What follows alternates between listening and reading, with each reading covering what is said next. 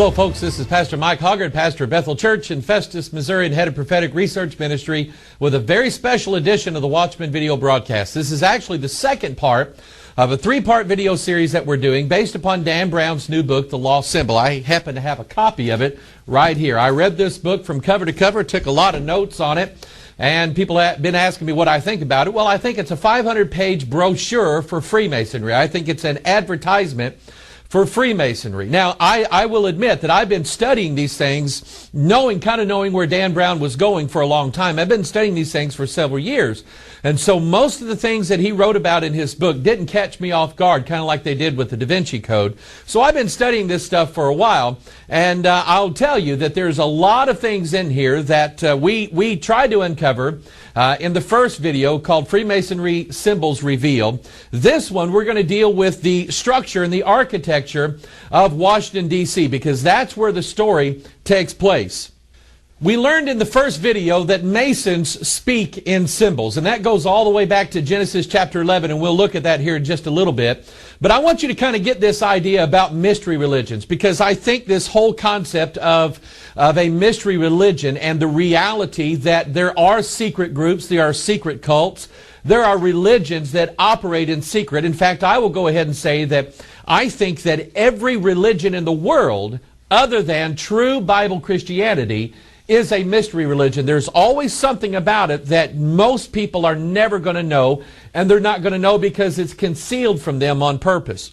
But anyway, Masonry is a mystery religion. It is the new thing is we used to call them secret societies, and they don't come out and say, we're not a secret society.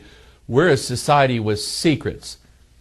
Okay, well then let's reveal what that secret is, and let's look at the symbols that are in Washington, D.C. In the last video, we talked about what those secrets were, and I'm not going to get into the whole thing. You'll have to go back and watch the other video. I'm not going to get into the idea of the DNA and the 46 chromosomes and the body is a temple. I mean, you know all that stuff now because you watched the first video. So I'm going to assume that you know that. And if you don't, then stop it right here, put the other DVD in, and go back and watch it, and then come back and pick it up from this point forward. Because we're going to move forward, and I'm going to show you some things about the street layout of Washington, D.C., the architecture, the buildings, the monuments. We're going to go right into the heart of D.C. itself and find out exactly what it means. You could almost say that Washington, D.C. is a book without words. It is a Bible without words, but it's not the Bible that you and I are familiar with. It is the Bible, it's a secret Bible meant to conceal a secret that will be revealed in due time. Both Masons agree with this, the Rosicrucians, all the secret cults, the New Agers agree with this. But most importantly, the Bible says that all things that are hidden shall be revealed one of these days.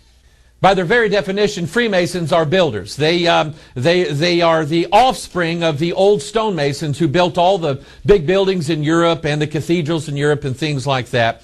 But let's go back. In fact, I want to get my Bible out here. Let's go back all the way to the book of Genesis, chapter 11, and let's discern something that God showed me here several years ago about Freemasons and about the roots of their organization. Genesis chapter 11. You remember this is right after the flood, and the whole earth was of one language and of one speech. And it came to pass, as they journeyed from the east, that they found a plain in the land of Shinar, and they dwelt there. Now Shinar is, you probably heard of the Sumerians. That is the land of Shinar. This is the whole area that was Babel and King Nimrod, we find out in Genesis chapter 10. In verse 3, here it is right here. And they said one to another, Go to, let us make brick. Now I want you to think about this. What kind of builders build with bricks? Masons. And burned them thoroughly, and they had brick for stone, and slime they had for mortar. Now you know the whole rest of the story there in Genesis chapter 11. It has to do with the building of the Tower of Babel. Remember that Masons by their nature are builders. And so we look at it was Masons who built the Tower of Babel. It was the Masons who built the great pyramids of Egypt. It was stonemasons who built the great cathedrals of Europe, and without question, it was Freemasonry that influenced and directed the building of Washington, D.C. Now to start, we're going to go way back in history to a man by the name of John Dee. John Dee was a 16th century occultist and was an advisor to Elizabeth I. Now John Dee was demon possessed. He was following after what we refer to in the Bible as familiar spirits. John Dee was trying to get in contact. In fact, he claims that he had contact with angels. And through these angels, he had learned a secret language called the Enochian language. And so John Dee was a master of what is known in the occult world as Enochian magic. Now, in order to understand what makes Washington, D.C. so special, you kind of need to understand a little bit about this whole New World thing. I mean, here it is in Europe, and you have all these occultists springing up all over the place, the Age of Enlightenment and so on. And you have guys like John Dee and Francis Bacon and all these other scientists, pseudoscientists that were looking into occult things and alchemy and things like that. And all of a sudden they're hearing that there's this brave new land that's across the ocean somewhere.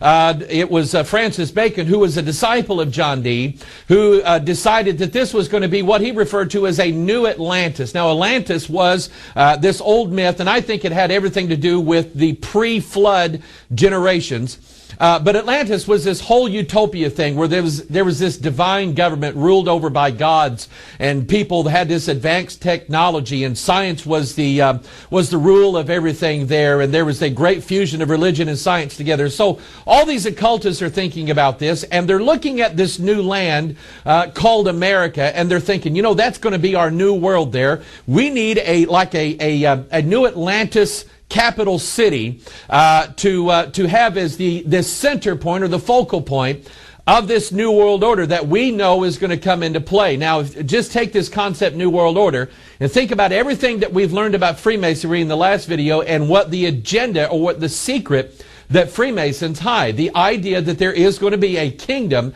that comes to this earth. They are not part of this earth now. They're going to descend down to this earth.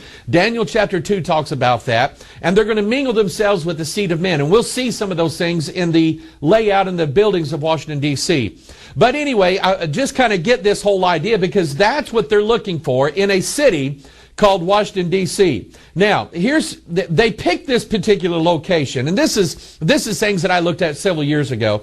They picked this particular location because at the time of John Dee, Pope Gregory had come out with a new calendar. We call it the Gregorian calendar, and everybody uses it today. Well, most everybody uses it today. But England wasn't going to accept it. John Dee had actually come up with his own calendar system, a new way. It was based on the number 33 of all things, but it just never did work, and people didn't like it. And but he thought it was a really good idea. But now remember, he was the advisor to Elizabeth I. And so whatever he would have told Elizabeth I, that's what she would have done. Originally, John Dee was not going to go along with this Gregorian calendar. But he scratched his head and got his ink and paper out and started doing some figuring and ciphering and things like that. And he was looking at the map of the New World and looking at how things lay. And he realized, and I don't know how he figured this out, but he realized, and it dawned on him, that the vernal equinox, or the spring equinox, which is real special to the occultists and Freemasonry, and we learned about that in the last video, because the vernal equinox and the fall equinox have to do with equilibrium, or equality, or things that have balance. And if you remember the symbolism of that, that is two things fused together, or two kingdoms fused together, and so that's what the equinoxes represent. John Dee realized that there was one place in the world, one line of longitude in the world, where on March the 21st, now I'll tell you why that particular date in a minute, but on March 21st, John Dee realized that in a certain location, which we now know is the 77th meridian, we'll talk about that number here, he realized that at that particular place was on March 21st was when the vernal equinox occurred, and you had exactly 12 hours in the day and 12 hours in the night. And so he is the one that laid the acceptance for the Gregorian calendar, because it put the vernal equinox on March 21st, and in this particular place, which we now know as Washington, D.C., the vernal equinox occurred, giving you 12 hours in the day and 12 hours in the night. Now, The reason why March 21st, I believe, is so significant is that it has a number attached to it. Number 1 is in the 3rd month, and the number 3 is always sacred and special to Freemasonry. It's the number for death and resurrection, but as we now know, it's the number for the triple helix, which is the adding of a 3rd strand demands 2-strand DNA. But another reason why they chose March 21st and its significance is because it's the 80th day of the normal calendar year. Now, when you have a leap year, that kind of throws it off a little bit. But in most years, the 80th day of the calendar year is March 21st. Now, this brings us to the specialism or the special significance of the number 8. And for our understanding of the number 8, we go to the Scriptures. We're not going to look at the occult or anything like that. Let's go to the Scriptures and find out exactly what the number 8 means. Revelation chapter 17, verse 10. And there are 7 kings. 5 are fallen, and 1 is, and the other is not yet come. And when he cometh, he must continue a short space. And the beast that was and is not, even he is the 8th, and is of the 7, and goeth into perdition. And so we know that Masons and the occultists, the New Agers, the Wiccans, they all use numbers or numerology, and to them, those things are sacred. And so everything that they do is always going to follow some sort of geometric pattern or some sort of numerical pattern. And oftentimes the geometry and the numerics go hand in hand. They're never separated from each other. So the 80th day of the year was chosen, March 21st. The location was pinpointed, the 77th meridian, and so now we have a place. The number 8 is also associated in the occult world. It's you see the number 8 is related to the infinity symbol. The infinity symbol is a picture of man becoming a god, which is the whole purpose of Freemasonry. The infinity symbol also shows the fusion of 2 things together, or the fusion of 2 worlds together. Do you remember September 11th, 2001, when the World Trade Towers collapsed? And we got a few more things to say about that. But on that day, after the towers collapsed, they erected 2 towers of light, and each one of those lights had 44 bulbs in them, giving you a total of 88. That number is significant to them. And by the way, those lights remained lit for exactly 33 nights. You're starting to get a clue here.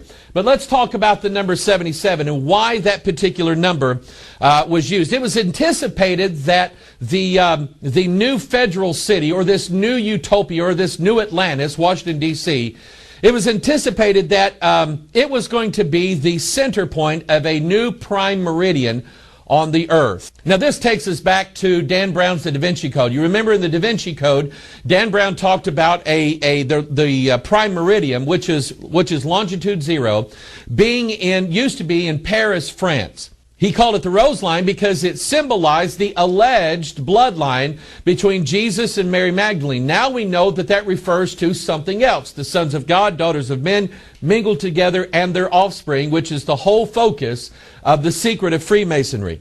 It was a veiled reference to the offspring of Osiris and Isis, whose name was Horus. You see here on one of the earlier maps of Washington, D.C., that it was anticipated that the federal city, or Washington, D.C., right down the middle of it, would be longitude 0, or a new prime meridian. Now, there for a while, all these cities were clamoring for being the location of the prime meridian. Paris wanted it, the United States wanted it, but it was finally decided that Greenwich, England would be the location for the new prime meridian, which, was no big deal to everybody, because then it placed the federal city, or Washington, D.C., upon longitude 77. Now, the significance of this particular number is going to be seen in the pages of the Scripture. It has everything to do. Remember, we're talking about from the Da Vinci Code how the longitude, or the meridian line, was a symbol of the rose line, or the supposed lineage of Jesus Christ. And so now we have the capital city, Utopia, sitting on longitude 77. What significance does this number play as far as the lineage, or the offspring, or the birth of Jesus Christ? Let's go to the book of Luke, chapter 3. In Luke chapter 3, verse 23, the Bible says, "And Jesus himself began to be about 30 years of age, being as he was supposed, the son of Joseph, which was the son of Heli."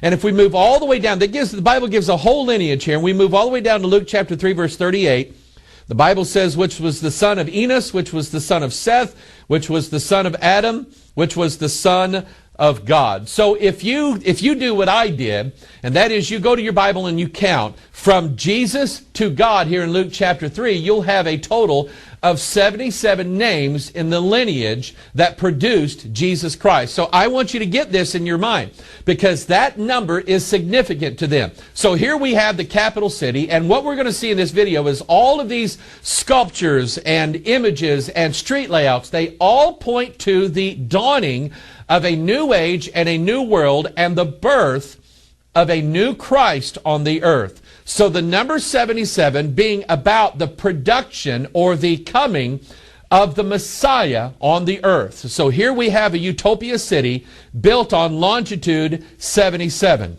Now let me give you a little sideline information to kind of show you how this works. Do you remember on September 11th, 2001, not only did we have the Twin Towers fall, which I believe were a picture of the two pillars of Freemasonry, Jachin and Boaz, being destroyed so that a new one could come up in its place.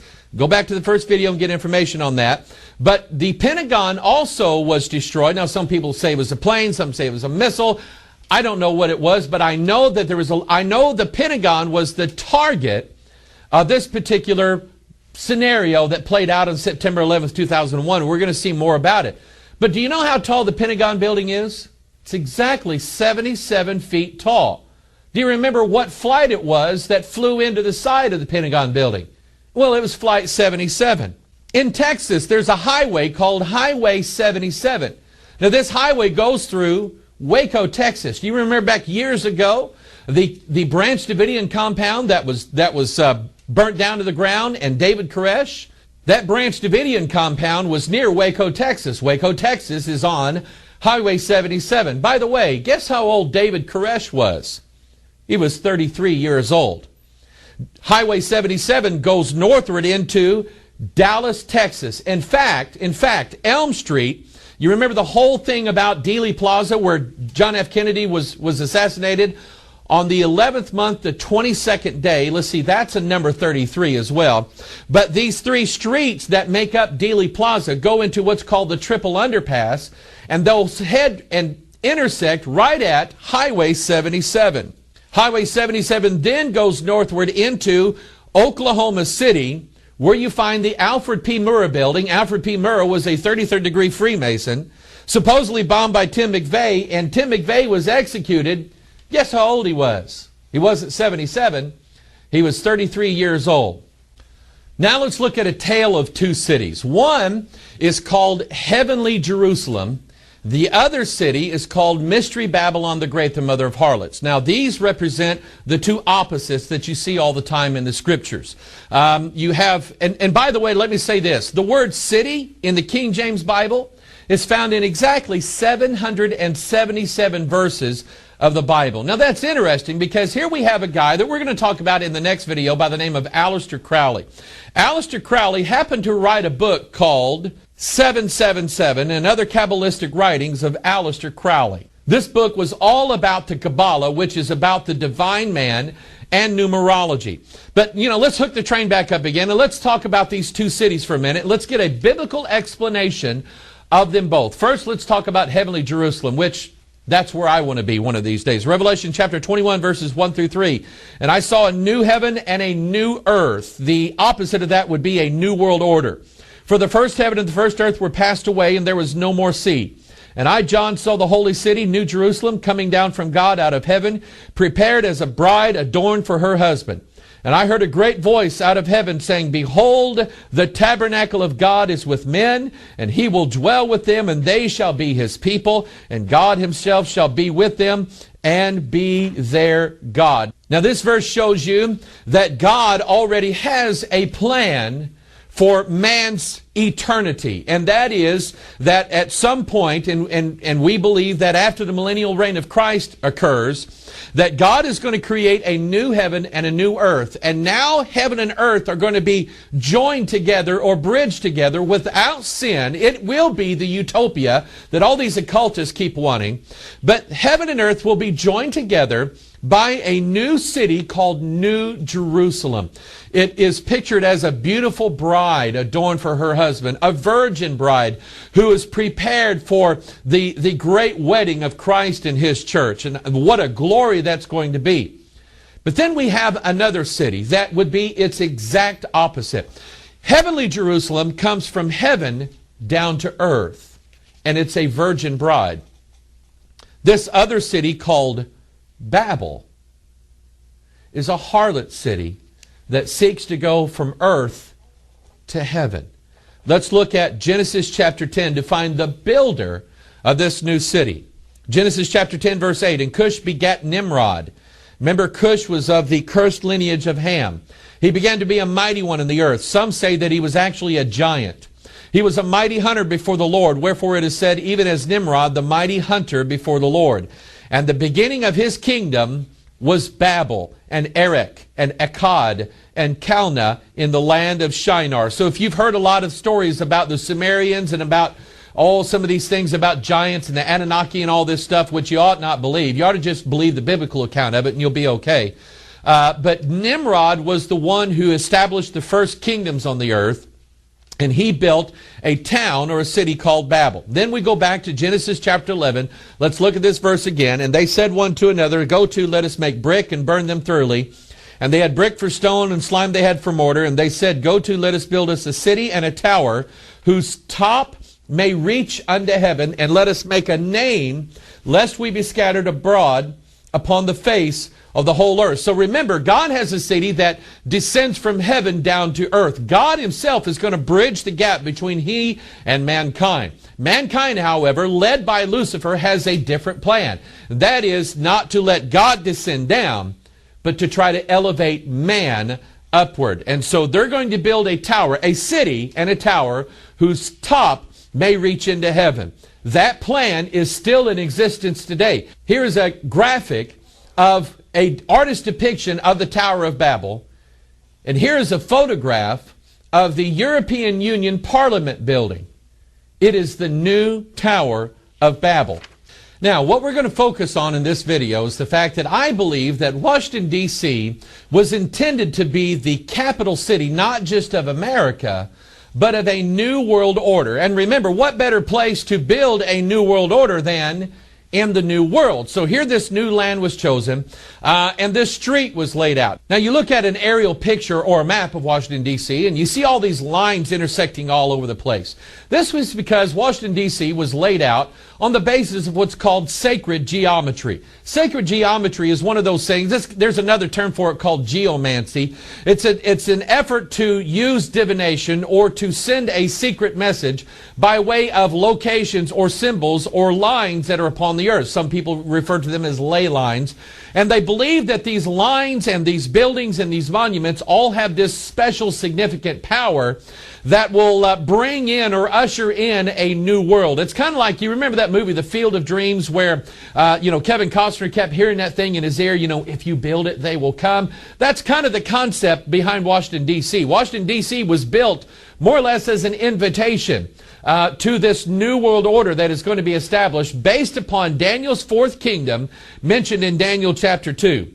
Now, the thing about all these intersecting lines and the street layouts and the map and things like that if you're walking the streets of Washington, D.C., you're driving through them, none of these things really make sense. They only make sense when they're viewed from above. Most people for years who never saw a map of Washington, D.C. didn't know that there was a pentagram there. And we'll see that here in just a little bit. But it's amazing what we're finding out now that we have the ability to fly over or use satellites, Google Earth, to see these things firsthand. Not just look at them on a map, but to see these things firsthand. It's sort of like, remember when the Nazca lines were discovered. Here you had all these intersecting lines and images and things like that nobody saw for years until a guy flew over it from an airplane and said, what in the world is that? And there have been scientists and conspiracy people that have speculated about what the meanings of these things are. But the truth of it is, these things only make sense from above. Here you have Stonehenge, the images on Easter Island, the Great Pyramids, which happen to align with the three stars in Orion's belt. These things, I think, are meant to be like an invitation or a concept that says, bring it on, we're ready for a new world order. Now let's get back to Washington, D.C. As we mentioned a while ago, the first thing that stands out in your mind is that there's this big giant pentagram built into the street layout of Washington, D.C. If you remember from Dan Brown's earlier book, The Da Vinci Code, the pentagram is a symbol for what he referred to as the sacred feminine, or that women are goddesses because of their ability to procreate and produce life.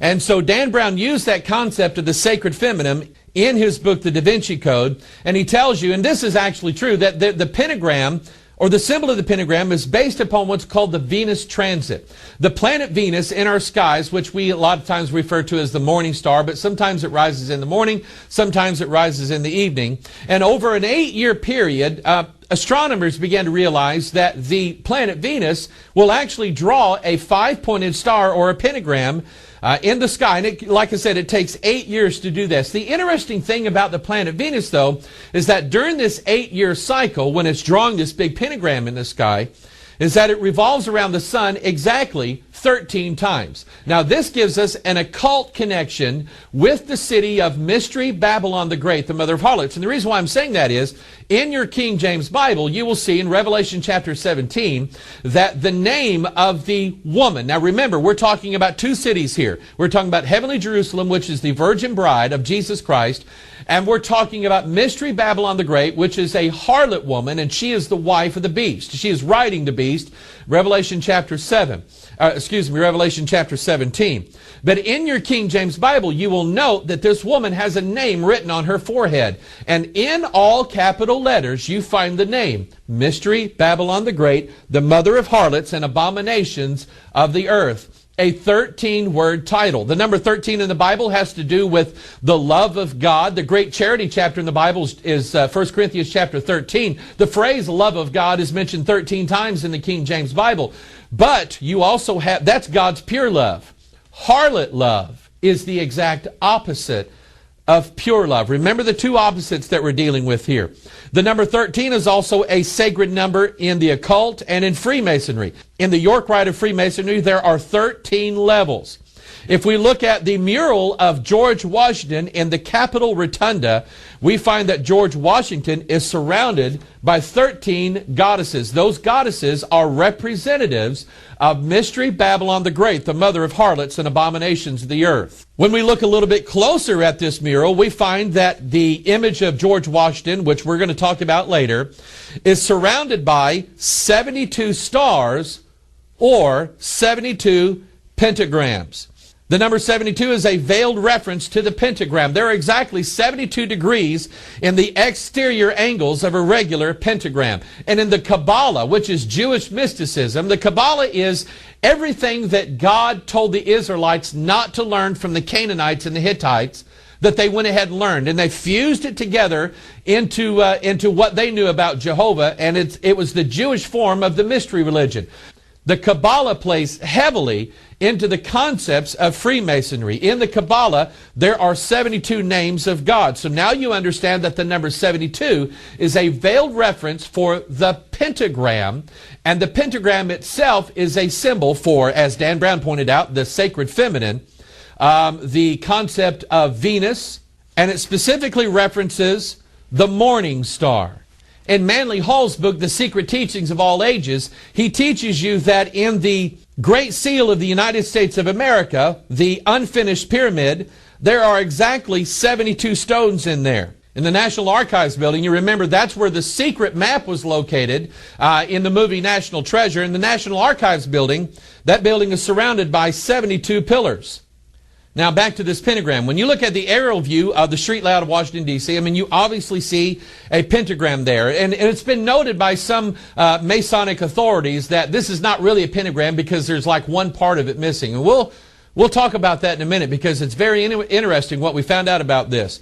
But anyway, the apex of this pentagram just happens to be the White House, you know, where the President of the United States lives and does all of his work there. Exactly 13 blocks north of the White House, and here's that number 13 connection with the pentagram. Exactly 13 blocks north is the Masonic House of the Temple Lodge in Washington, D.C. Now, it's like I said before, it was noted by certain Masonic authorities who ridicule this idea that people see a pentagram there and they say, no, you don't, that's crazy, you don't see anything like that there, is that it's not a pentagram. They say it's not a pentagram because there's like one piece of it missing.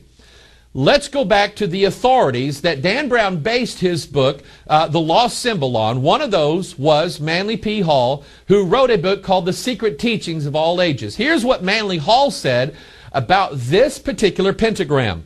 He said, the pentagram is the figure of the microcosm, the magical formula of man. It is the one rising out of the four. The four here that he's talking about would be the four base pairs of your DNA, adenine, guanine, cytosine, and thymine, joining together to make the DNA ladder. Remember, the concept is that they shall mingle themselves with the seed of men, which means that they will add something to man's DNA. So here you have a figure that represents the number 4 with something else added to it. That is the nature of the pentagram. He says it is the one rising out of the 4, the human soul rising from the bondage of the animal nature. It is the true light, the star of the morning. It marks the location of 5 mysterious centers of force, the awakening of which is the supreme secret of white magic. Now, he mentioned in this, and this is what really gets me, he mentioned in here the star of the morning. That is a variant of what we see in the King James Bible concerning Lucifer. You know who Lucifer is. He's the dragon, the devil, that old serpent, the deceiver of mankind. He is the one who wants to sit on God's throne and have everybody worship him. And that plan is seen in Isaiah chapter 14, beginning in verse 12. Lucifer is the fallen angel. And what we see in the image of the pentagram, we see a number. That number is the number 5. And so here in Isaiah chapter 14, we see Lucifer's 5-point plan. How art thou fallen from heaven, O Lucifer, son of the morning?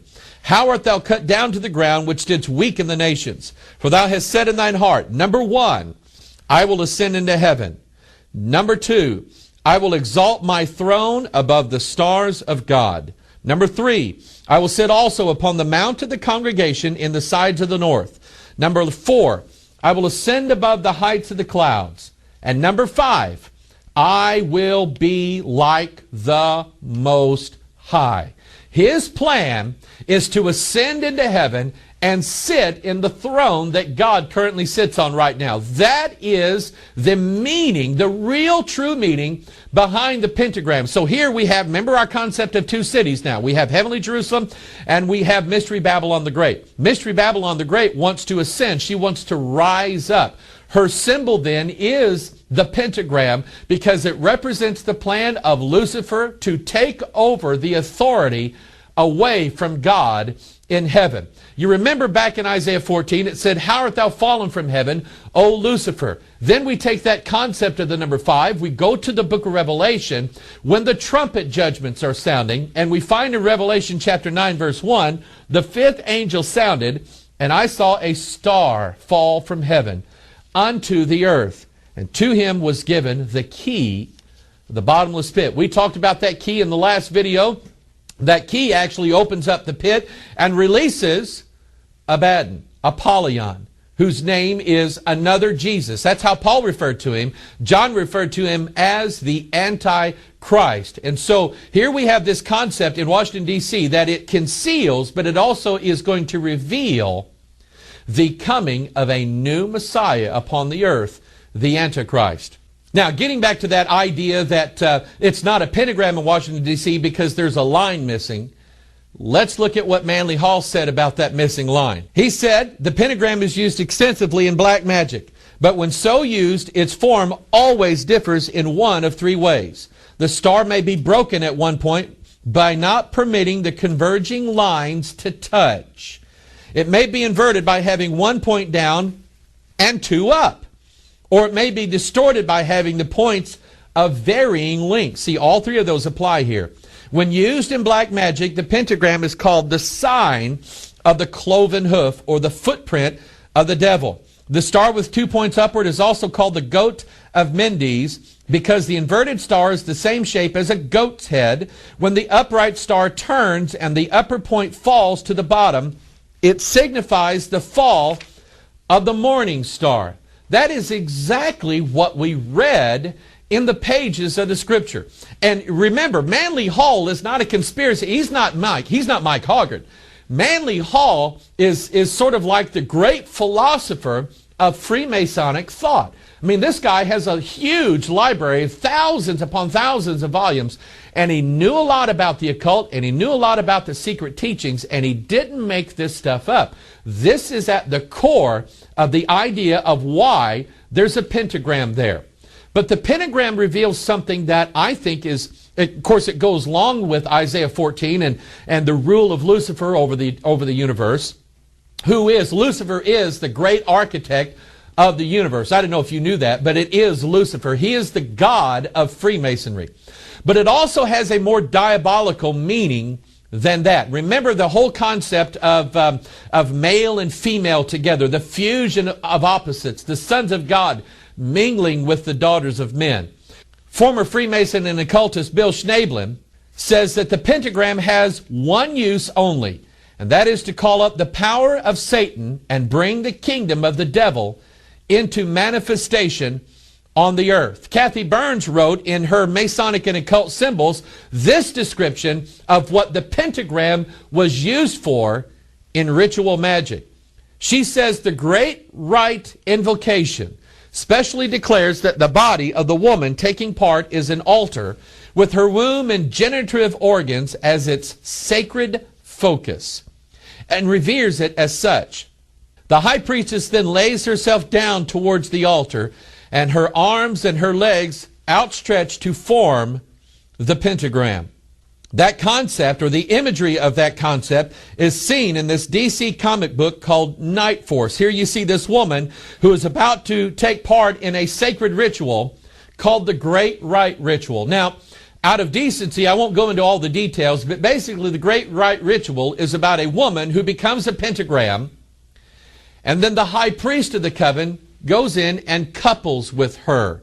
That is fornication, the Bible calls it, but it's the sacred fornication, or the concept of the sacred feminine, or as we learn from the Da Vinci Code, what's called hieros gamos. The Gnostics believed that every human being has a spark of divinity inside of him, and that divinity will rise up to full-blown godhood by way of a certain ritual. That ritual is the Great Rite Invocation, ritualistic fornication. So I want you to think about this for a minute. The concept, here we have a building that is a pentagram. It's called the Pentagon. And remember, it's an altar, and a woman takes the shape of an altar. So September 11th, 2001, you have occult symbolism taking place. You have the Pentagon, a symbol for the sacred feminine, Mystery Babylon the Great, the daughters of men.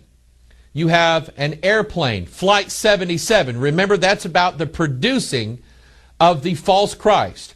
You have an airplane, Flight 77, flying into a 77-foot tall building, and the imagery is that of the union of the male and the female. Now let's go back to this pentagram thing that we see in the street layout of Washington, D.C. At the tops of this pentagram, you can see circles up there. These are circular streets that have intersections that are going into it. This is called, in Masonic imagery, the point within the circle. The point within the circle, here again, is another symbol. We talked about this in the last video. It is another symbol for the fusion of male and female together, or the fusion of opposites. The point represents the male. The circle represents the female. Albert Pike said the hieroglyphic of the younger Horus, who was the offspring of Isis and Osiris, was the point inside of a circle. Dan Brown gives a very revealing explanation of the point within a circle, which he calls the circumpunct, in his new novel, The Lost Symbol. He says, in ancient Egypt, it was the symbol for Ra, the sun god, and modern astronomy still uses it as the solar symbol. In Eastern philosophy, it represents the spiritual insight of the third eye, the divine rose, and the sign of illumination. The Kabbalists use it to symbolize the Kether, the highest Sephiroth, and the most hidden of all hidden things. That then would be a reference to the Antichrist. Early mystics call it the Eye of God, and it's the origin of the all-seeing eye on the Great Seal. The Pythagoreans used the circumpunct as the symbol of the monad, the divine truth. The Prisca Sapienta, the at-one-ment of mind and soul. So the point within the circle in all of Masonic ideology is one of the most important symbols that you will ever see. And it represents basically the fusion of male and female together and the production of their offspring, which is the Antichrist. You see it in Washington Circle, which is at the north part of that pentagram. DuPont Circle, you have the point within the circle. Logan Circle, here again, a point within the circle. When we move over to Lincoln's Memorial, you see that it represents a point within the circle. We go across the bay and we find the Jefferson Memorial, here again, a point within the circle. Now I want to show you a graphic, and this really got me when I was doing the research for this video, because as I said earlier, some of this stuff I've seen several years ago, but there are things changing right now to fit the idea that Washington, D.C. is the focus point of a new world order revealing the Antichrist in the last days. I want you to take a look at another point within the circle. This is the Washington Monument. Notice that we have a point within a circle, but I want you to notice something else too. We also have two circles that join together to form in the middle, where the Washington Monument is, a symbol called the mandorla. Now, I'm going to tell you that this symbolism here was just recently put there. I don't know when, but it was just recently put there. I'm going to show you an older image from Google Earth, and this is where we're getting the images from. An older image from Google Earth, and I want you to see then that those two circles were not there a few years ago. They've just been put there. Now, those two symbols coming together form what's called the mandorla. That symbol, we found out from Dan Brown's earlier book, The Da Vinci Code, was a symbol specifically that refers to the sacred feminine. It's called a mandorla because the word mandorla is an Italian word for almond. It has an almond shape to it. Specifically, the shape of this symbol is the female generative organ. The two circles coming together then show the fusion of things that are opposite. The heavenly kingdom or the angelic kingdom fusing themselves with the earthly kingdom on the earth to form a new world order government, a new leader called the Antichrist, and a new human being, the divine man. The symbol itself of the female generative organ basically goes along with annuit coeptus, which means the birth or the undertaking of a new world order. The mandorla symbol can be seen in religious icons. Here is an image of the Virgin Mary, who is the sacred feminine, Mystery Babylon the Great, the mother of harlots. Here's another image of a Christ-like figure being born through this image. This image here is of the Chalice Well in England, where supposedly the Holy Grail was, the blood of Christ was poured into this, and water that flows from this well is red, and they built this little spring well from this Chalice Well to form the symbol of the divine mandorla. And I'm going to throw this one in just in case you're not buying it so far. Last year there was a movie came out called The Day the Earth Stood Still. Now this movie was based upon an older movie back in the 50s. And of course, now get this now, this movie is about aliens coming down to the earth to make mankind better. And that's exactly what happens. The imagery that you see at the very beginning of this movie is the imagery of two circles coming together to form the mandorla, the idea of the two opposites joining together to form a new world or a new world order. Back to the point within the circle, we go all the way to the Vatican, and here we find, you remember the Washington Monument, here we find an obelisk there. This obelisk actually came from Egypt and was placed within the Vatican, and here it represents the point within the circle. Dan Brown reveals that the mural that is in the ceiling of the Capitol Rotunda forms the circumpunct or the point within the circle. Now let's look at another location in Washington, D.C. to see a lesser-known emblem or a lesser-known symbol that is in the street layout of Washington, D.C. It's called the hexagram. Now, a hexagram is basically two triangles that are fused together. One of them is pointing upward, and one of them is pointing downward. A triangle in Masonic ideology is a representation of the number 3. So when you have these two triangles formed together, it is a veiled reference to the number 33.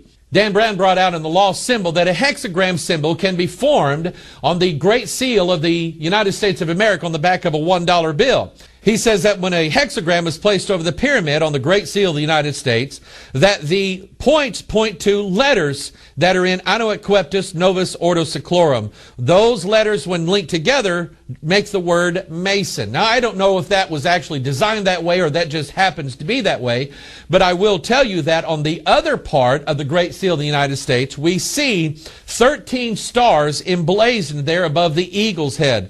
Those stars are lined up to form a hexagram.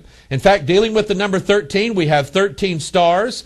There are 13 rows of stones in the unfinished pyramid on the other side of the Great Seal. You have 13 berries on the vine of the eagle's claw. You have 13 flowers on that vine. You have 13 arrows. You have the phrase e pluribus unum, which has 13 letters in it, but e pluribus unum is a very revealing Latin phrase. And you know what it means. It means out of many, one. This is the concept behind a new world order or a new kingdom that's coming, and it basically represents they shall mingle themselves with the seed of men and be one kingdom. Literally, out of many becomes one. Manly Hall referred to in the Secret Teachings of All Ages that the six-pointed star was a figure for the Philosopher's Stone. The Philosopher's Stone is a veiled reference to the Antichrist and basically is the fusion of the two opposites together that will bring divinity or immortality to mankind. If you remember, when the first Harry Potter book came out, it was titled in this country, Harry Potter and the Sorcerer's Stone. But in Europe and in other places, it was referred to as Harry Potter and the Philosopher's Stone. Manly Hall goes on to say in the Secret Teachings of All Ages, these triangles symbolize the spiritual and material universes linked together in the constitution of the human creature. So Manly Hall is saying that these triangles joined together show the fusion of these two opposite kingdoms, the sons of God and the daughters of men. Now I'm going to show you an overhead picture of Washington, D.C. itself. When Charles L'Enfant first laid out the parameters of Washington, D.C., the lines formed what we see as a cube or a diamond shape. Now this diamond is divided in half by what is referred to as the point of transformation, and that line is the National Mall, where the Capitol building is and Washington's monument and all these things that we are going to see in this video. That is the line of transformation. This diamond-shaped figure is actually the two parts or the two triangles of a hexagram. And it shows the fusion of the two kingdoms. One triangle pointing upward, one triangle pointing downward. The fusion of the two kingdoms together, and the center point being the National Mall of Washington, D.C. The hexagram is also a veiled reference to the number 6. And it's in Genesis chapter 6 that we see the revealing of what this kingdom is going to be. Genesis chapter 6, and it came to pass when men began to multiply on the face of the earth, and the daughters were born unto them, that the sons of God saw the daughters of men, that they were fair, and they took them wives of all which they chose. Now the sons of God are the angels, or the fallen angels. Some refer to them as the Nephilim, which means the fallen ones. They are the fallen angels who left, Jude says they left their first estate, and they mated with human women, and they produced offspring. Some people don't believe that, but every mythology and every concept in the world, in all civilizations, they all have a similar story that the gods came in, procreated with human women, and created a super race. They created the fusion of the opposites, or the divine man. And so that is the meaning of the symbol of the hexagram. So when we look again at the street layout of Washington, D.C., you see there an image there, and you can just barely make out the image of the hexagram there. Starting with the Capitol building, working down to a little rectangular park called the Lincoln Square, or Lincoln Park, you can clearly see in the points and the intersecting lines of this street layout here, the emblem of the hexagram. Now, one of the more interesting concepts behind the hexagram, and Da Vinci caught on to this, and he actually, I think he drew a graphic of this somehow, is that if you take two three-dimensional triangles and you put them inside of a globe, the points of those triangles would touch on the outer points or the outer part of that globe, at exactly 19.5 degrees. Now, this number is really interesting to me because I want you to notice that on top of the Capitol building in Washington, D.C., there is a symbol of Mystery Babylon the Great, the mother of harlots. There's a statue of a goddess there. Dan Brown points this out, and it's commonly known that this statue stands exactly 19 feet 6 inches. Once again, if we look at the layout of Washington, D.C., you see the Capitol building, you see the White House, and you see Washington's monument. And those form a right-angled triangle, and the degree of separation of those two lines is exactly 19.5 degrees. Now, this is very interesting, because every 4 years in this country, we elect a president. Sometimes it's a new president, sometimes it's the same president. Sometimes we like the president, sometimes we don't. And there have been a few exemptions of this, but normally, the President of the United States is inaugurated at the center point or the focal point of this right-angled triangle, the capital of Washington, D.C. The President is inaugurated, and it's done so by law every 4 years on January the 20th at exactly 12 noon. Now, I want you to think about this, because in the calendar, starting at January 1st, exactly on January 20th at 12 noon, exactly 19 and a half days have expired into the year, and a new president is inaugurated.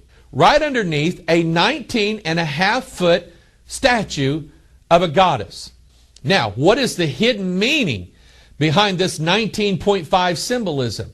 This is very simple. We go back to the pages of the Scriptures, and we find out, and when you take the measurements of the Ark of the Covenant, and remember, the Ark of the Covenant is the throne or a representation of the throne of God. And remember, Lucifer wants to rise up to heaven and sit on God's throne. When we look at the exact measurements of the Ark of the Covenant, we find that the surface area of the Ark of the Covenant is exactly 19.5 cubits. Notice what Ezekiel chapter 28 verse 2 says. Son of man, say unto the prince of Tyrus. This is referencing Lucifer. Thus saith the Lord God, because thine heart is lifted up, and thou hast said, I am a God. I sit in the seat of God in the midst of the seas. 2 Thessalonians chapter 2. Let no man deceive you by any means, for that day shall not come, except there come a falling away first, and that man of sin be revealed, the son of perdition, who opposeth and exalteth himself above all that is called God or that is worshipped, so that he is God, sitteth in the temple of God, showing himself that he is God. Naturally, you can sort of see the symbolism behind seating a president or the leader of the New World Order, United States of America, as sort of the grand authority over a New World Order. Now, one of the central symbols of the lost symbol written by Dan Brown was the unfinished pyramid and the illuminated eye capstone. If you've read the book, you'll know that they're running around Washington, D.C. with this sort of unfinished pyramid symbolism in the hand. It's supposed to be the key to unlocking the great mystery of Freemasonry. Actually, they're really not far from the truth here in this book, because it is a very significant symbol. We see it on the back of the $1 bill, the unfinished pyramid with the illuminated eye capstone being added to it. Manly P. Hall says in The Secret Teachings of All Ages, the sacredness of the triad and its symbol, the triangle, is derived from the fact that it is made up of the monad and the duad. The monad is the symbol of the divine Father, and the duad of the Great Mother. So here again, get this symbolism. We have the concept of a divine Father, which would be Lucifer, and we have the concept of the Mother, which would be planet Earth. The two of them joining together. The capstone is the Father. The base of the bottom of the pyramid is the Divine Mother. The bottom 2 points, that is referred to as the duad, represent the two strands of human DNA. The capstone, or the monad, or the Father, basically represents the seed of the sons of God, and these two now are joined together to form the divine man. In other words, they're saying that human DNA is incomplete without the addition of this third part. Let's look again here at the street layout of Washington, D.C. Remember, and I didn't point this out earlier, but the street layout of Washington, D.C. was laid out by three people.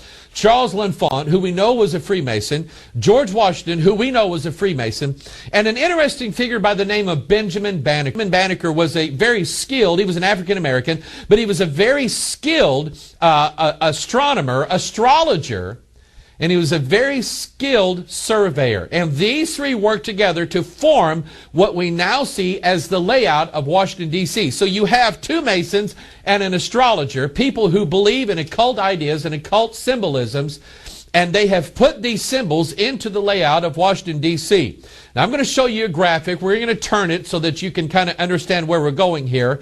We see then the formations of an unfinished pyramid with a capstone on top of it. You see the bottom part of the triangle there forming part of Pennsylvania Avenue, and the illuminated capstone or the illuminated eye at the top of the pyramid, or the monad, or the great Lucifer as it were, represents the Capitol building in Washington, D.C. Now remember, this is significant because it's at this exact location, the illuminated eye capstone on the unfinished pyramid, that every 4 years we inaugurate a new president of the United States. This same street layout is also part of another symbol, and Masons like to use multiple symbols upon symbols when they are writing their book without words that reveal an Antichrist coming in the last days. They like to use multiple symbols. And so on this layout here, where we find the unfinished pyramid with the illuminated eye capstone, the Capitol building, we find the symbol of the square and the compass. Now, the square and compass seems to be the most prominent and predominant symbol of Freemasons. They use this thing just about everywhere. You go by in your town, you'll find a Masonic lodge. More than likely, you'll find the square and compass out there. Here's a quote. We talked about this on the last video. Here's a quote from Albert Pike, and he talks about the symbolic meaning of the square and the compass. He says, "The square, therefore, is a natural and appropriate symbol of this earth. The compass is an equally natural and appropriate symbol of the heavens. The compass is the hermetic symbol of the creative deity, the male, and the square of the productive earth, or the universe." And that's from Albert Pike's Morals and Dogma. So here Albert Pike is revealing that the square and compass show the fusion, just like the unfinished pyramid with the capstone shows the fusion of the two opposite kingdoms mentioned in Daniel chapter 2. They shall mingle themselves with the seed of men. That's the meaning behind the square and the compass. So in our overhead view of Washington, D.C., you see Washington's monument, and from that point go out two lines or two streets. Then we look down to the Capitol building, and from that point outward or westward, we have two lines also going out, forming the square and the compass. Now, here's the interesting part of all of this, is that here we have the Washington's monument, which is known as an obelisk or Baal's shaft. It is basically Baal's phallus, his male organ. So the Washington monument represents the male. Remember, on top of the Capitol building, we have a 19.5-foot statue of a goddess, the female. Those two joining together to produce the divine man on planet Earth, or revealing the Antichrist. The square and compass themselves are emblems of the triangle in Freemasonry. The triangle, you remember, is a symbol that represents the number 3. And 3 is sacred in all of Freemasonry because it represents the divine man, or the union of things that are opposite together. When you go into a Masonic lodge, you will usually find 3 candles there around the altar. These are called the lesser lights of Freemasonry. These 3 candles, or 3 lights, usually in the form of what's called a right-angled triangle, or a Pythagorean triangle. Pythagoras was a philosopher. You remember from the last video, we talked about him. Lived about 500 years before the time of Christ. And he's the one that devised what was called the Pythagorean theorem. The Pythagorean theorem, again, basically goes like this. The square of the hypotenuse is equal to the sum of the squares of the other 2 sides. Hence, a squared plus b squared equals c squared. And let me explain what this means in layman's terms. I'm not a mathematician, but I kind of get this. If you were to take a right angle triangle and take the first line in that angle, which would be line A, and you were to square the length of that line, that would be a squared. The bottom line of that triangle would be line B. If you were to take the length of that line and square it, that would be b squared. If you take a squared, the length of the square of this line, and the square of this line, and add them together, then you get the sum of the square of the hypotenuse. A squared plus b squared equals c squared. Now, in all of the mystery concepts and all Freemasonry and everything, here's what they teach about a squared plus b squared equals c squared. A squared is the male, Osiris, which represents the sons of God or the Iron Kingdom. B squared is the female, Isis, the daughters of men, the clay kingdom. Their coming together results in the fusion, which is represented by c squared, or the square of the hypotenuse, which we would now refer to as the Antichrist, or Horus, their offspring, the divine man. Looking again at our map of Washington, D.C., we see what's referred to as Federal Triangle. This is where most of the government buildings in Washington, D.C. are located. I mean, you have a bunch of them in there. Some of the most powerful men, not only in our country, but in the entire world, when they go to work every day, they go to work to this little area called the Federal Triangle. Following a line from the White House down to Washington's Monument, from Washington's Monument over to the Capitol Building, and then from the Capitol Building back to the White House down Pennsylvania Avenue, you have what's called the Federal Triangle. This is a right-angled triangle, or a squared plus b squared equals c squared. Here again, most of these buildings are located in the area of c squared, the area that represents the divine offspring of the two kingdoms fused together. And here again, in this imagery, when you have a president of the United States who is inaugurated at the illuminated eye in the capstone at the Capitol Building, Washington, D.C., he is inaugurated there, and then he makes a journey down Pennsylvania Avenue, down the hypotenuse of this triangle, which represents the divine man, going from the Capitol to his home or his office in the White House. Triangles themselves are symbols, sacred symbols in Freemasonry, that represent the divine man, or the birth, the death, and the resurrection of mankind together. That's also symbolic of the phoenix. The phoenix dives into the fire, is killed, and out of the ashes is resurrected a new life or a new divine person. This concept of the number 3 and how it represents all of this is based upon the scriptures. The number 3 actually reveals the man of sin. Back to Genesis chapter 3, remember what Lucifer promised Eve in the Garden of Eden. He told her, he said, "You shall be as gods, knowing good and evil." And what was it that was the representation of her future godhood? It was Genesis chapter 3, verse 6, when the woman saw that the tree was good for food. That's number 1. Number 2, that it was pleasant to the eyes. Number 3, a tree to be desired to make one wise. She took of the fruit thereof and did eat, and gave also unto her husband with her, and he did eat. So here we have in this fruit the representation of sin. Lust of the flesh, lust of the eyes, and the pride of life. In James chapter 1, we see a scenario here that to me looks like the birth of the man of sin. James chapter 1, verse 15, the Bible says, "Then when lust hath conceived, it bringeth forth sin. And sin, when it is finished," those are the last 3 words spoken by Christ on the cross, "sin, when it is finished, bringeth forth death." We have 3 stages of sin here. So in 2 Thessalonians chapter 2, we have the appearance of who the Bible refers to as the man of sin. "Let no man deceive you by any means, for that day shall not come except there come a falling away first, and that man of sin be revealed, the son of perdition, who opposeth and exalteth himself above all that is." And I want you to follow another pattern here in the scriptures. Here we have the man of sin, who is the total sum of all of mankind's sinfulness. He is the Antichrist. In other words, God is giving to mankind exactly the wages that they earned. The wages of sin is death, and that's who this man represents. He represents death to the entire world. But anyway, follow this pattern in verse 4. "Who opposeth and exalteth himself above all that is called God." That's the first reference. "Or that is worshipped, so that he as God," number 2, "sitteth in the temple of God," number 3, showing himself that he is God, number 4, a reference to the 4th kingdom in the book of Daniel, chapter 2. Now, getting back to this thing we referred to earlier, Jewish mysticism called the Kabbalah. I've read a few pieces of Kabbalah literature, and it is like really, really hard to get. I mean, the sentences don't even make sense sometimes. And I'm just reading this stuff, and I'm going, I don't figure this out.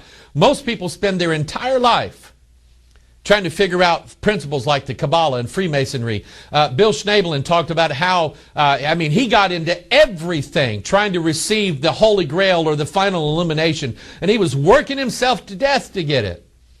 He didn't get it in any of those. He found it in the Lord Jesus Christ.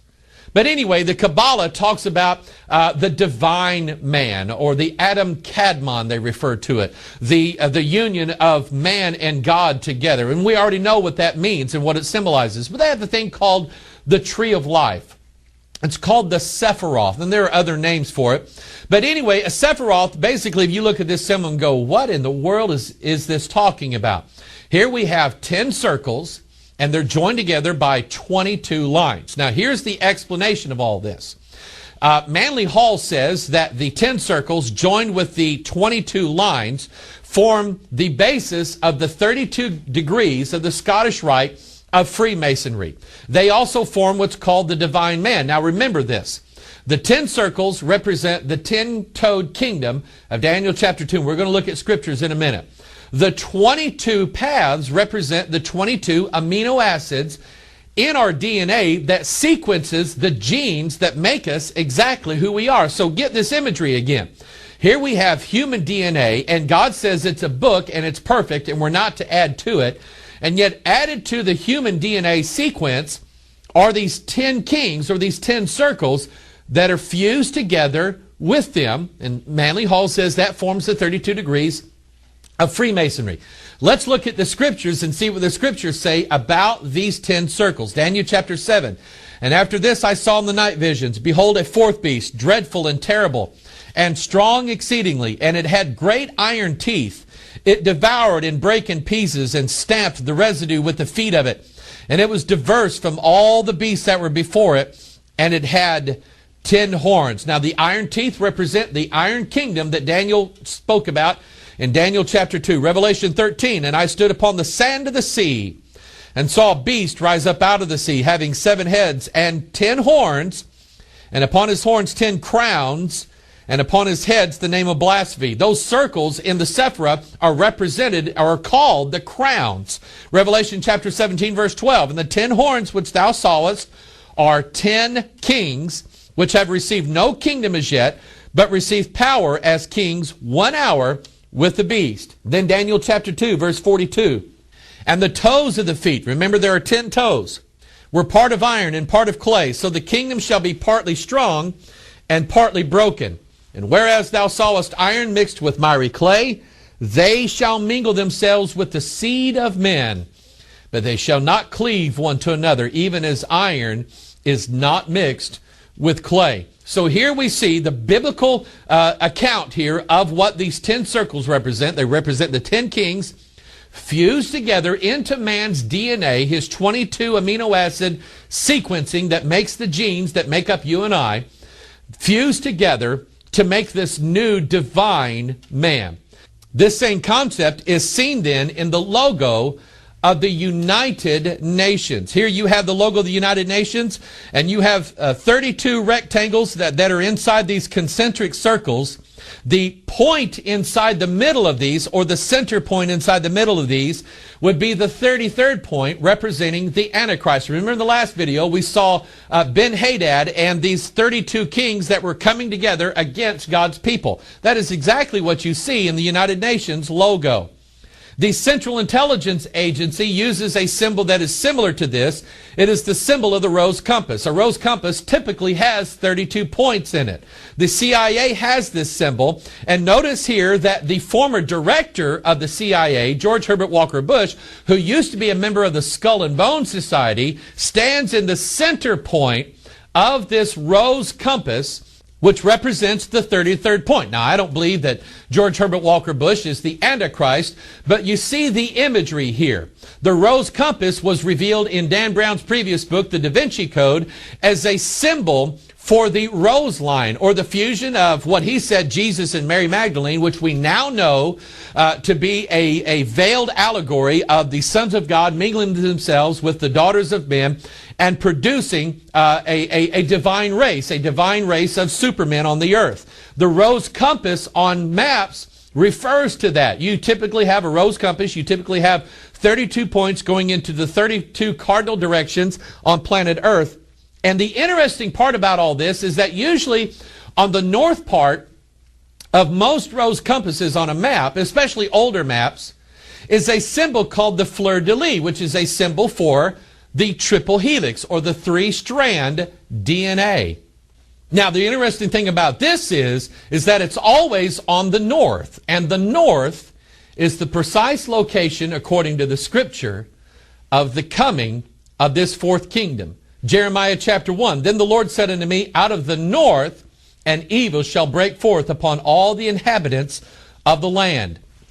Jeremiah chapter 4, 6 and 7, Set up the standard toward Zion, retire, stay not, for I will bring evil from the north, and a great destruction. The lion has come up from his thicket, and the destroyer of the Gentiles is on his way. Remember when we saw that overhead image of the entire structure of Washington, D.C., we saw that there was the fusion of two triangles together, and one of those triangles pointed directly north along the 77th meridian. One of the stars that can be seen in the night sky is called Polaris, or the North Star. It is a fixed star. Stars were always used to navigate, and the North Star was very important because it was always in the same place no matter where you were in the earth, and no matter when, you could always find the North Star, and it was in the same place. It was always directly north. Going around the North Star is a constellation called Draco, or the dragon. It looks like a winding, writhing dragon or a serpent. Cutting Edge Ministries put out a video called Riddles in Stone. Dan Brown mentions the same thing. Maybe he got it from Riddles in Stone. Is that the interesting thing about the cornerstone laying ceremonies of the Capitol building, the White House, and Washington's monument, these cornerstone ceremonies came under the sign of what's called Caput Draconis, which means the head of the dragon. And under this particular sign, and I don't understand a lot about astrology, but I know that every now and then one set of stars or one set of this kind of conjoins with another set of that, and you have this great illuminated thing in astrology. I don't study astrology too much, but I will tell you that Dan Brown mentions and Riddles in Stone mentions that these two images of the head of the dragon and Virgo, which is the woman, coming together, that these cornerstone laying ceremonies of these buildings in Washington, D.C. always fell under the sign of the dragon fused together with the virgin, the sons of God and daughters of men being brought together. In the divination art of geomancy, the Caput Draconis, or the dragon's head, is a sign for favorable undertakings. Remember the quote there on the back of the dollar bill, Annuit Coeptus. He favors the undertaking or the birth of a new world order. Now, getting back to the image of the Sephiroth, or the Kabbalistic tree of life, I want you to take a good look at this old rendering here of the Sephiroth of the tree of life, and I want you to notice a little bit of imagery here along the sideline. There on the two sides of this, you have two pillars. Those represent Jachin and Boaz, which we now know represent the 23 pairs of chromosomes that we have in all of our cells where our DNA is stored. But look at the makeup of the Sephiroth, the circles joined together with the lines, the 10 kings joined together with the 22 amino acids of our DNA.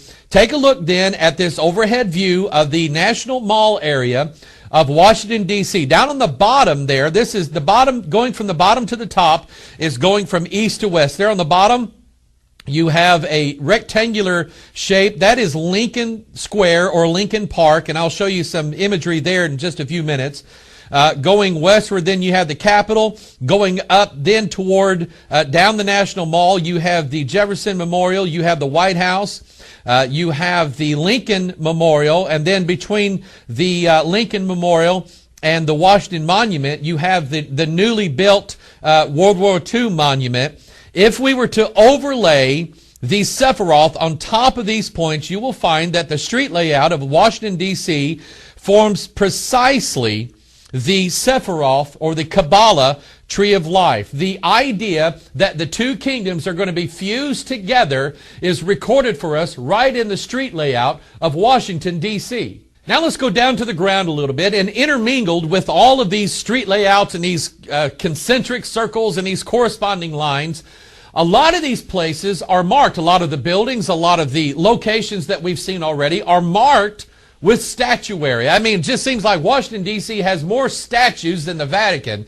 I mean, they've got statues of just about everybody famous in America. They've got them depicted somehow, some way in Washington, D.C. The interesting thing about this, and I'm not going to do a full representation of all these statues, but the interesting thing about several of these is that they seem to indicate the same principles that we've been seeing throughout this video. The fusion of opposites, a male figure, a female symbol, and then their offspring or their son representing the Antichrist or the divine man.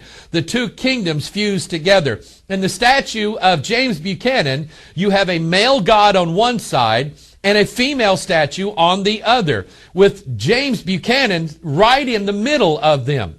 This represents Osiris, Isis, and Horus. The same principle that's behind the right-angled triangle you find exactly in this layout here. Now let's take a look at the Boy Scout Memorial, and I want to thank our good friends at Cutting Edge Ministries for providing some of this, number one, the background research, and number two, some of the footage that you're seeing here, because they've done a pretty good job, and I recommend their videos as sort of background into what we're looking at here, particularly the video called Riddles in Stone. But you see here the Boy Scout Memorial. Now, the Boy Scouts were started by a man by the name of William Boyce, who was a 33rd degree Mason. The symbol for the Boy Scouts of America is the fleur-de-lis, which we now know is the symbol for three-strand DNA. In the Boy Scout Memorial in Washington, D.C., you find this theme present. Here you have a statue of a man, a statue of a woman, and a little Boy Scout seemingly as their offspring, forming the sacred triangle. Again, Osiris, Isis, and Horus, those two coming together to form the new offspring or the new man. We look at Lincoln Square. We mentioned it earlier, part of the Sephiroth formation. And here in Lincoln Square, you have a picture, of course, a statue of Abraham Lincoln, the male.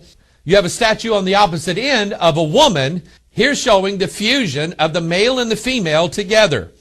Other statues and memorials spread about through Washington, D.C. We have the Lincoln Memorial, which is a Greek temple. Now remember, a temple is a picture of the human body. And it has a statue of Abraham Lincoln inside of it, and he appears as a god inside of this temple. So here, get this imagery. We have a temple with a god inside of it as part of the statuary of the complex of Washington, D.C. Now, I've been to this particular location there, and you know what I do is I count things.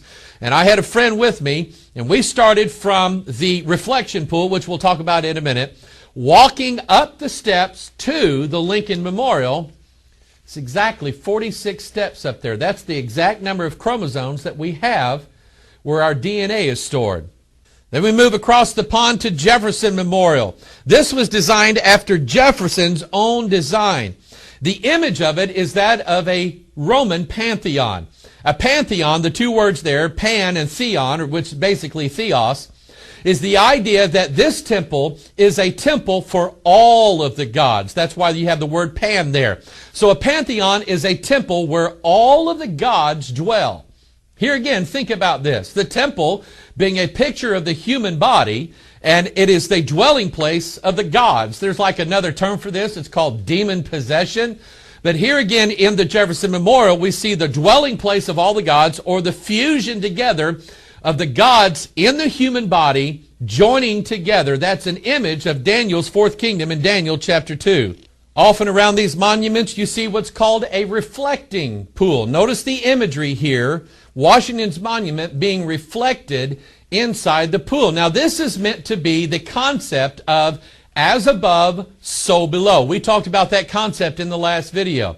The phrase or the concept of as below basically is a concept showing the two kingdoms fusing together. The heavenly kingdom with the earthly realm being joined together. That's what that is at the heart of the reflecting pool.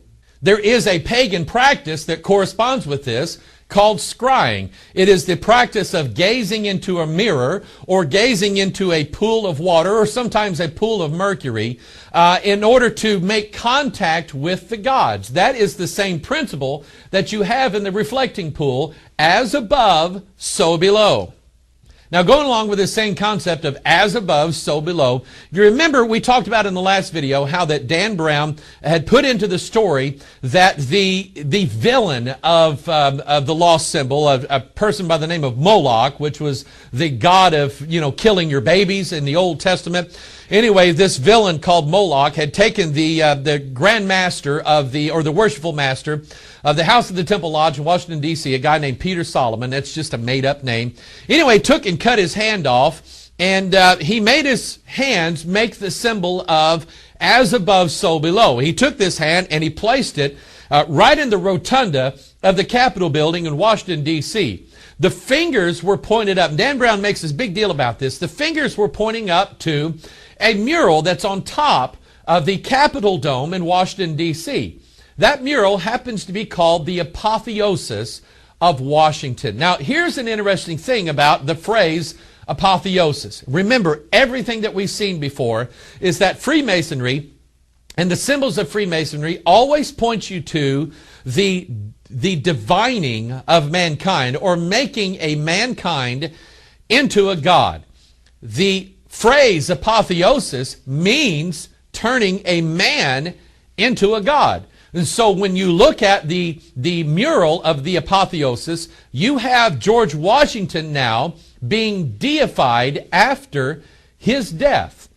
This exact concept comes to us from Genesis chapter 3. We mentioned it earlier. This is what the serpent promised to Eve. For God doth know that in the day that ye eat thereof, then your eyes shall be opened, and ye shall be as gods, knowing good and evil. So the very thing that the devil promised to Eve was that she, through partaking of this particular fruit, would become a god. This same concept is in the Mormon church. And if you don't know a little bit about Mormon history, well, then I'll tell you that Joseph Smith and the early leaders of the Mormon church all became Freemasons when they were in Nauvoo, Illinois. In fact, a lot of the rituals and symbols that are in the Mormon church are clearly Masonic. But the Mormon church teaches that man, when he dies, if he is a good Mormon and he has this Hieros-Gamos marriage, this sacred ritual with his wife, I mean, that goes back to the thing we saw about the pentagram. But anyway, if he has this sacred union with his wife, when they die, they will be married together, and they will become gods over their own planet.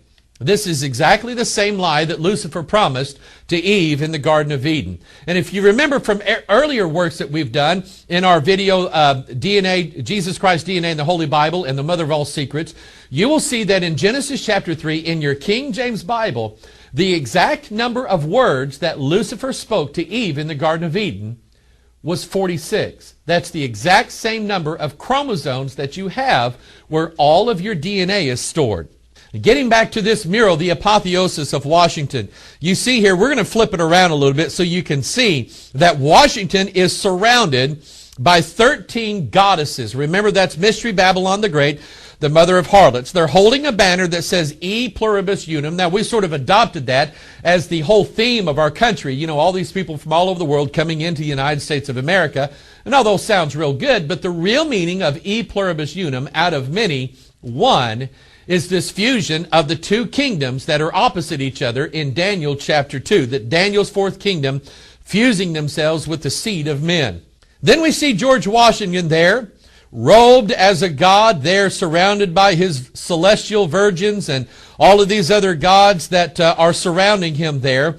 And I want you to notice that one hand is extended upward, one hand is extended downward and outward. Now, what a lot of people don't know is that at one time, there was commissioned a statue of George Washington that was supposed to sit right underneath this mural in the capital of Washington, D.C.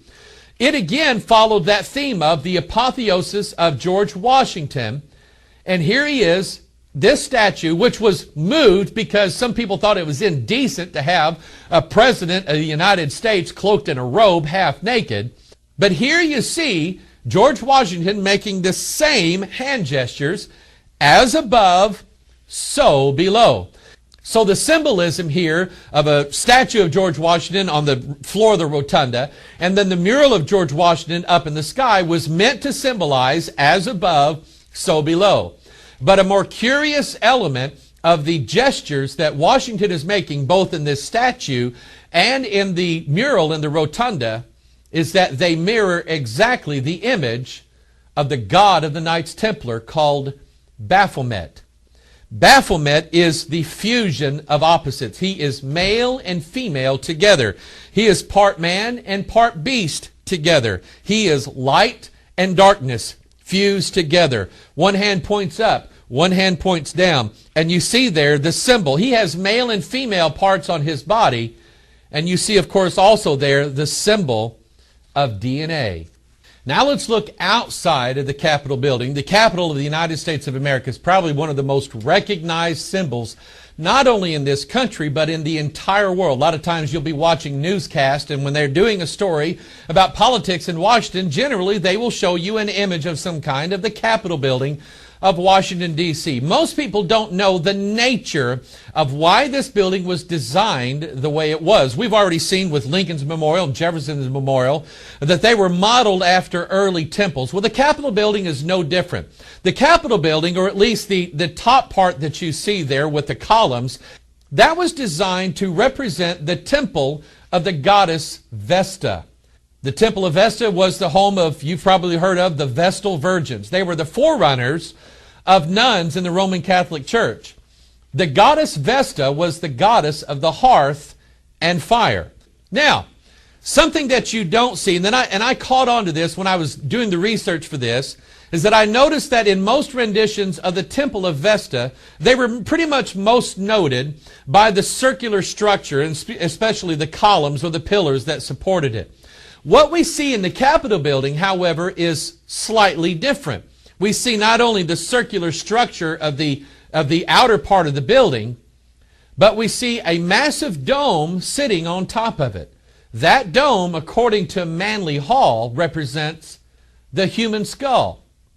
He says the exact science of human regeneration is the lost key of masonry. For when the spirit fire is lifted up through the 33 degrees or segments of the spinal column and enters into the domed chamber of the human skull. So Manly Hall reveals that the domed chamber on the top of the Capitol building represents the human skull. Remember from the last video, we found out that the skull is a symbol or an emblem of the Antichrist. So I want you to get this imagery. Here again, once again, we're seeing the fusion of the opposites. We have the columns, the 72 columns that go around the top of the Capitol building. That represents the temple of the goddess, Vesta, the female. We have the domed skull on top of it. That represents the male, or Osiris, as it were, the sun god. Those of them fused together into one temple or one building that is the Capitol. Here again, this exact imagery is seen in St. Peter's Basilica in the Vatican. One of our traditions that we have in this country is that when a president dies and is laid to rest, he is generally taken to, here again, we follow the sequence here. In the case of John F. Kennedy, John F. Kennedy's body was taken first to the White House, then it traveled that sacred path of Pennsylvania Avenue. Remember, the hypotenuse of the right-angled triangle representing the divine man. Kennedy's body was taken down Pennsylvania Avenue, taken to the Capitol to sit in the rotunda directly underneath the apotheosis of George Washington. The symbolism here is obvious. Here we have the body of a dead president or a dead person that there is hopes that he will live again. This is a picture of the Antichrist who is in the pit, and he is going to be revealed by being released out of the pit one of these days. So the imagery of as above, so below being seen when a president lies in state in the rotunda of the Capitol of Washington, D.C. Now remember earlier we referred to the House of the Temple Lodge in Washington, D.C.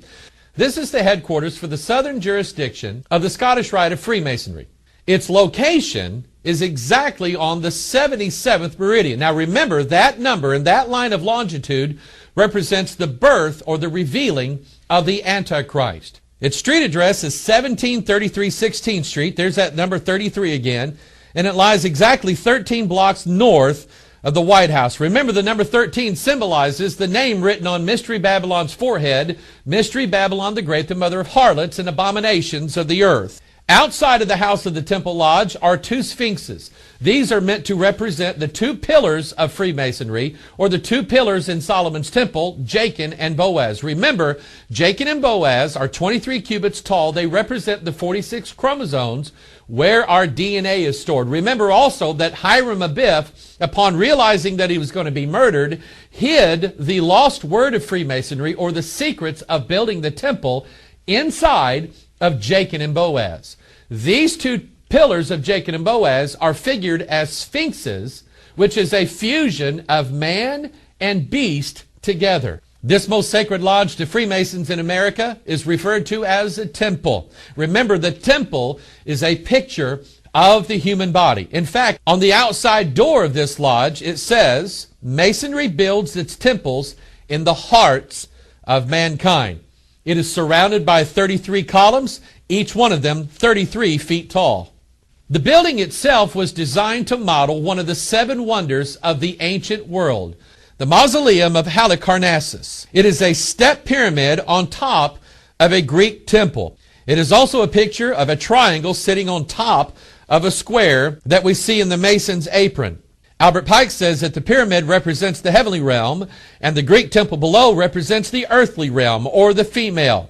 Literally a body that is the fusion of heaven and earth. It is the temple of the godhood of man. And as we discovered in our last video, you remember there are 33 columns on this Greek temple. There are 13 steps on this pyramid. This corresponds with the 33 degrees of the Scottish Rite of Freemasonry and the 13 degrees of the York Rite of Freemasonry. When those two numbers are added together, you end up with the number 46, the exact number of chromosomes where our DNA is stored. This House of the Temple Lodge is mirrored in other buildings across the country. It is seen in the Civil Courts Building in St. Louis, Missouri, the Soldiers Memorial in Indianapolis, Indiana, and the City Hall of Los Angeles, California. When you enter the door of the temple, you're entering the atrium of the temple. Surrounding this atrium are decorative swastikas. A swastika is an ancient symbol for transformation. Actually, the swastika is meant to represent the X chromosome. And notice that on this X, or this cross, you have lines that are pointing in opposite directions, showing the fusion of opposites in the X chromosome where our DNA is stored. These swastikas are also seen as part of the outer decoration of the Masonic Temple in St. Louis, Missouri. Also emblazoned on the wall in the atrium of this building is a giant cross, or an X, representing the X chromosome. You might remember that this also was the symbol for Adolf Hitler's Nazi party, the swastika. And you have to think about what kind of spirit was leading Adolf Hitler, and what were they trying to do in Germany. Remember, Hitler was all about a master race, an elevated manhood. Once you got rid of all the creepy people that he referred to, like Jews, then you could have the supreme master race. And we know for a fact that a lot of Hitler's scientists were working on genetics. A swastika emblem is also seen in the layout of the airport in Denver, Colorado, that is called the New World Airport. Now, the main part of the house of the Temple Lodge is, of course, the temple room. Now, this is where all the initiations and all the ceremonies take place in this particular lodge. I've been in this room. They'll take you on a nice little tour. You go up a set of steps, and there's a bust of Albert Pike. And then on both sides of you, and I recognized this as soon as I got there, was what's called the winding staircase. This, of course, is said to be a model of the winding staircase that was in the Temple of Solomon. But Masonry also uses the winding staircase in its imagery as the, quote, path of initiation or the journey of illumination, the path to man's godhood. This, of course, this winding staircase is just a picture or a symbol for the winding ladder of man's DNA. And so naturally, I'm standing there looking at these two winding staircases and I'm going, okay, I understand this. There's two of them. And as I began to walk up those steps, I was counting. There are exactly 23 steps on each side of this winding staircase, total 46. The exact number of chromosomes in the human body where the DNA is stored. This winding staircase takes you into the temple room. Now, I've been in this room, and its ornate design just staggers your mind. As you walk into the room, the first thing that you see beyond the altar, which is the center point of the temple, you see the throne of the worshipful master, which, of course, represents the Antichrist. It just happens to be a throne that is 33 feet tall. Opposite of this throne is a pipe organ. Now, it took me a while to figure this one out, but I think I got it. Ezekiel chapter 28 gives us a description of Lucifer in his pre-fallen state. Notice what is said concerning Lucifer. Thou hast been in Eden, the garden of God. Every precious stone was thy covering. The sardius, topaz, and the diamond, the beryl, the onyx, and the jasper, the sapphire, the emerald, and the carbuncle, and gold. The workmanship of thy tabrets and of thy pipes was prepared in thee in the day that thou wast created. I believe these pipes are a symbol of Lucifer, the fallen angel himself. When you stand directly in the center or at the altar of the temple room, you see above you a giant glass ceiling. Now, Dan Brown referred to this in the lost symbol, and that thing is real. That is to allow the illumination of the gods into the house of Freemasonry. And it also is the symbol of, as above, so below. Now we're going to take you on our last little step of our journey here and looking at all these monuments. And I hope that we've uncovered some mysteries in your mind for you as to exactly what is the nature of all these monuments and buildings and streets that are in Washington, D.C. and sort of what they mean. We're talking about the revealing of the Antichrist and a revealing of a new world order in the last days. Remember that Washington, D.C. is a book written without words.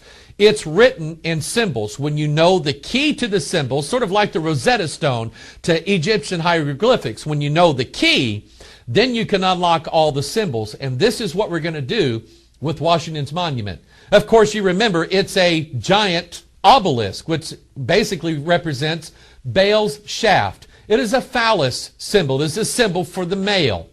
As we mentioned earlier, a lot of these buildings in Washington, D.C. were laid in a Masonic cornerstone ritual. The cornerstone of Washington's monument was laid on July 4th, 1848. Now that is exactly, here's this number, 72 years after the signing of the Declaration. Remember, the number 72 is a veiled reference to the pentagram. If you were to take the date 7/4/1848, that equals 32. That is the 32 paths of the Sephiroth, or the 32 degrees of Freemasonry. Even if we were to go back to July 4th, 1776, we take the numbers 7 for the month of July, 4 for the day, 1776. Those numbers added together also equal the number 32. Here to me now is one of the most interesting aspects of the monument called Washington's Monument, that giant obelisk that sits in the dead center of everything that is Washington, D.C. The structure itself, the height of it, is exactly 555 feet tall. To me, this is significant because remember, everything in Masonry is pointing you to the opposite of Jesus Christ, the 77th meridian, and all these images that we've seen so far. In your King James Bible, God showed me this several years ago. The exact number of times that the name Christ is mentioned in the King James Bible is exactly 555. This same number, as we saw in our last video, is emblazoned on a third-degree Masonic tracing board on top of a casket. Remember, that casket contains the body or the essence of the Mason's lost word or the Antichrist. 555. The capstone at the top of Washington's monument is exactly 3,300 pounds. And even Dan Brown, in an interview with NBC, stated that this 3,300-pound capstone on top of the Washington's monument is to be a picture of the number 33. Dan Brown tells us in The Lost Key that the main character, Robert Langdon, who is this symbologist, who, as he sees symbols, he kind of gets it. He is taken on a path by Peter Solomon up to the top of Washington's monument, and lo and behold, he finds himself going upward in a spiral staircase. There is a spiral staircase that is in Washington's monument in Washington, D.C. This represents the path to illumination, or the path to godhood, the apotheosis of mankind, turning men into gods. Now, one of the most important aspects of Washington's monument and what it symbolizes is not so much as what is at the top of the monument, but what's underneath it. Dan Brown reveals that in the cornerstone of Washington's monument, the cornerstone was hollow. You know, most cornerstones they put on buildings are hollow, and they usually put different things in them to be preserved forever. Well, in this particular case, the cornerstone is not evident on the outside of the Washington's monument anywhere. It's buried down deep in the ground. The cornerstone is the emblem of the coffin. What's inside of that coffin? The lost word of Masonry, symbolized by the Holy Bible. This is the lost symbol that Dan Brown refers to in his book. He teaches that the Bible is a symbol for the lost word of Freemasonry. Now, let's put together everything that we've learned so far. The Bible itself is a symbol for man's DNA, his two-strand DNA. The Old Testament being one strand, the New Testament being the second strand of DNA. And God said it's perfect. Don't add anything to it. And yet Masonry conceals the fact that the plan of all ages is to add a third strand to man's DNA, a fifth base to the 4 base pairs that we have in our DNA, 10 kings to the 22 amino acids that we have. One of the things that Dan Brown mentions in the lost symbol is that the Bible was never meant to be taken literally. It is merely a symbol, an allegory, a myth. But I'm here to tell you that the Bible is true from the very beginning. If you were to believe the story of the lost symbol, if you were to believe the parables and the myths and the allegories of Freemasonry, then you would believe that mankind is going to ascend up the ladder of illumination and bring himself to godhood. Nothing could be farther from the truth. Man is incapable of being any more than just a man. Remember those X chromosomes that I've been showing you throughout this video? That X chromosome is a perfect picture of the cross of Jesus Christ. You see, Jesus died on a cross because God knows that man would never be able to ascend the steps into godhood on his own. One must come and do it for him, and that one was Jesus Christ. Jesus himself said in John chapter 3, as Moses lifted up the serpent in the wilderness, even so must the Son of Man be lifted up. And Romans 6:23 says, for the wages of sin is death, but the gift of God is eternal life through Jesus Christ our Lord. 1 Peter chapter 1 verse 23, being born again, not of corruptible seed, but of incorruptible, by the word of God, which liveth and abideth forever. The question may be in your mind, is the Bible literal? Is it, as Dan Brown and Freemasons say, simply an allegory or something that is not true?